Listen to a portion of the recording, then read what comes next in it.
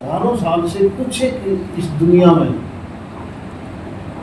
में इस पृथ्वी के ऊपर कुछ एक स्थान ऐसे हैं जहाँ पता नहीं पैदा ही क्या होता है।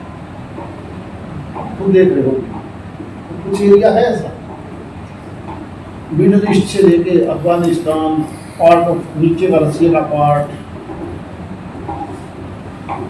आज का पाकिस्तान, ये पता नहीं। आप पुराना इतिहास पढ़ोगे तो पता नहीं वहाँ की मिट्टी कैसी है, पानी जहरीला है क्या है हमें नहीं पता, लेकिन वहाँ पैदा ही ऐसा एलिमेंट होता है।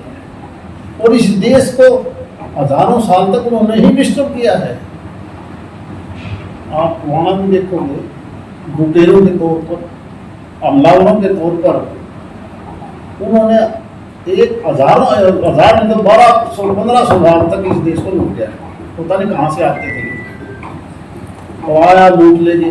वो मंगोली हो, अतकजनवी हो, तैमूरलंग हो, ये कितने थे केवल लूटने के लिए। वो स्थान पता नहीं कैसा है, वो हमने तो जाके नहीं देखा है, ना ही देखे तो। मोदी सरकार ने वादा किया था कि हर वर्ष 2 करोड़ रोजगार देंगे, लेकिन रोजगार तो देने की दूर बात, करोड़ों रोजगार खत्म कर दिए। क्या कहना चाहेंगे इस पर? देखिए, आज के दिन 142 करोड़ का देश है, बेरोजगारी एक ऐसी है तो दुनिया का कोई देश इससे बचा हुआ नहीं। काम करने के लिए, काम करने वाला आदमी अगर जिसने काम करना है जी, वो जो कुशल है, जो कौशल डिपार्टमेंट माननीय प्रधानमंत्री जी ने बोला है। आज अगर किसी गांव का आदमी इस पंचकुला में आके तो बिजली का, फिल्टर का, अगर वो सही काम करना चाहता है, आज वो 2000 रुपये पर डे कमा सकता है। हाँ, जिसने काम नहीं करना उसकी बात नहीं करता, सिफारशी नौकरी चलती है वो नहीं है। फिर भी केवल रोजगार नहीं, हम अपना काम करके दूसरे को रोजगार कैसे दें? एमएसएमई के मार्फत, दूसरी इंडस्ट्री के मार्फत बहुत स्कोप छोड़ दिए। बैंकों में भी इतना काम कर दिया कि बैंकों का जो रेट ऑफ इंटरेस्ट था वो आज इतना कम है कि पहले सोच ही नहीं सकता था आदमी। जो पैसा लेता था सेठ साहूकार से, वो इतना इंटरेस्ट होता था कि घर बिक जाता था। आज चाहे वो इंडस्ट्री वाला ले ले, किसान ने पैसा लेना है, केसीसी के मार्फत से लेना है, विदाउट इंटरेस्ट भी पैसा मिलता है। और काम करने वाला आदमी आज जिस तेजी से आगे बढ़ा है, आप रोजगार की बात करते हो, आप शहर और गाँव में किसी आदमी को पूछ के देख लो कि आज तो ये काम कर सकता है, तो नहीं मिलेगा। दूसरे प्रदेश के लोग मिल जाएंगे। अगर दूसरे प्रदेश के खेत में भी काम करने ना आए, बिल्डिंग के लिए भी काम ना करने आए, तो आपको आदमी मिलेगा नहीं। अगर बेरोजगारी है तो काम को आदमी मिलता है। आप किसी एग्रीकल्चर सेक्टर में खेत में जाके देख लो, शहर में जाके देख लो, आपको हरियाणा का आदमी मिलेगा। हम सब लोगों को घर बैठे वैसे कमाएंगे, सरकार में सर विपक्ष भी सवाल उठा रहा है, जहां 11 साल का जो मना रहे हैं, पर वहीं जो अध्यक्ष है मल्लिकार्जुन खड़गे, उन्होंने कहा है कि ये जो 11 साल है ये जुमला काल है, उसमें जो बातें हुई है वो धरातल पर रही है। कई सवाल भी उठाए उन्होंने। अध्यक्ष महोदय जो उस पार्टी के शायद वो अध्यक्ष हैं, स्टेट को तो है नहीं उनके, लेकिन राष्ट्रीय अध्यक्ष हैं, स्टेटों में शायद वो नहीं बना पाए। उनसे ये पूछो कि तुमने पहले जब आप लोग जाते थे देश के किसी कॉर्नर पर, तो क्या वही रास्ते हैं या पहले वाले हैं या आज वाले नए? मुझे पूछ के तो देखो यार, कि देश तुझे बदला नजर आया नहीं आया, वो आत्मा से मानेंगे कि बदला। हेल्थ के नाम पर हो, एजुकेशन के नाम पर हो, रक्षा मंत्रालय के तो देश सुरक्षित है कि नहीं है, यानी हर चीज तो 142 करोड़ का देश है। और इस देश को एक योजनाबद्ध तरीके से हमने आगे बढ़ाना है, सिफारिश तंत्र पर नहीं, ये मेरा ये मेरा इस बात पर नहीं। हमने इस देश को, इस बात के लिए देश को आज़ादी मिली और हर आदमी का इसमें योगदान था। और स्वतंत्रता सेनानियों की बलिदानी दी। हमारा देश दोबारा से होने की दुनिया कैसे बने, मजबूत कैसे बने, उसी बात को लेकर माननीय प्रधानमंत्री जी ने 11 साल के अंदर सबके सहयोग से भेदभाव को छोड़ के प्रदेशों में सरकार हमारी होते ना हो, हमने बराबर का विकास करके दिखाया है।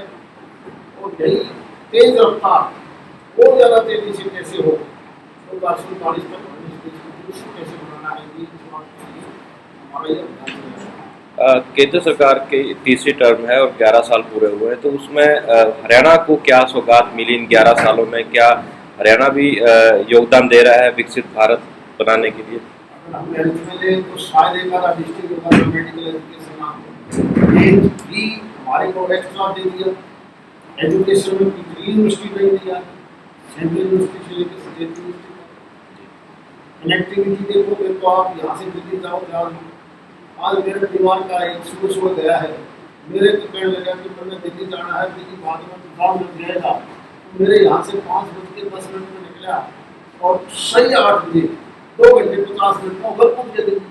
इससे ज़्यादा कनेक्टिविटी हम जब भिवानी से यहाँ आते थे तो मुझे 5 घंटे लगते मिनिमम, आज हम 3 घंटे भिवानी से यहाँ आ गए।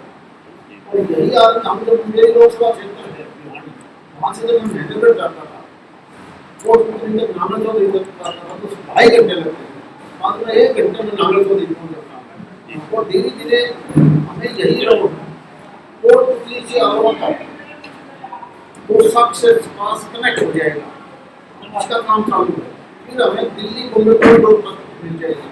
यानी देश में रोड कनेक्टिविटी हो, रेल कनेक्टिविटी हो, कुछ ट्रांसपोर्ट का हो या पैसेंजर का हो, हम देखते नहीं ऐसी रेल आ गया नाम कुछ भी हो, ऐसा लगता है जैसे कोई हवाई जहाज में बैठी। ये पहले थोड़ा ही था।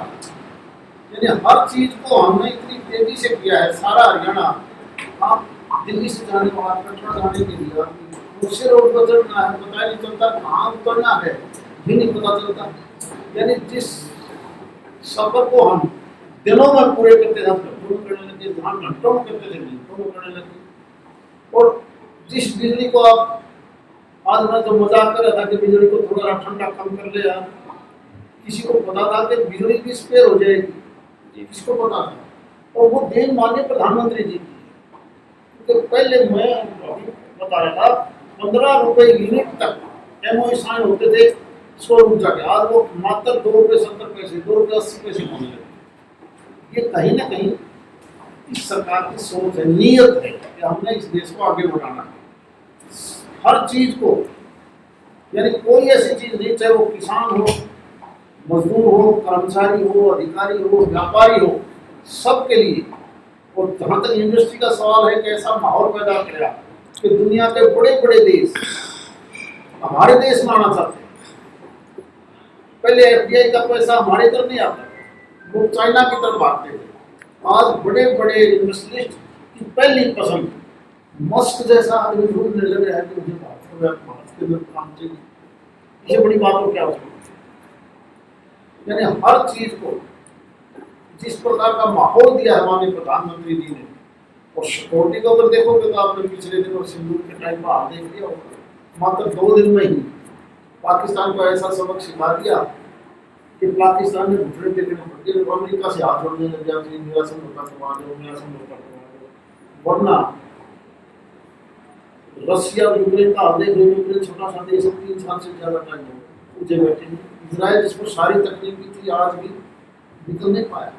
और हमारे प्रधानमंत्री जी ने मेक इन इंडिया की वजह से अपने हथियारों से और ऐसा सिस्टम बिठाया फौज को खुली छूट दे दी।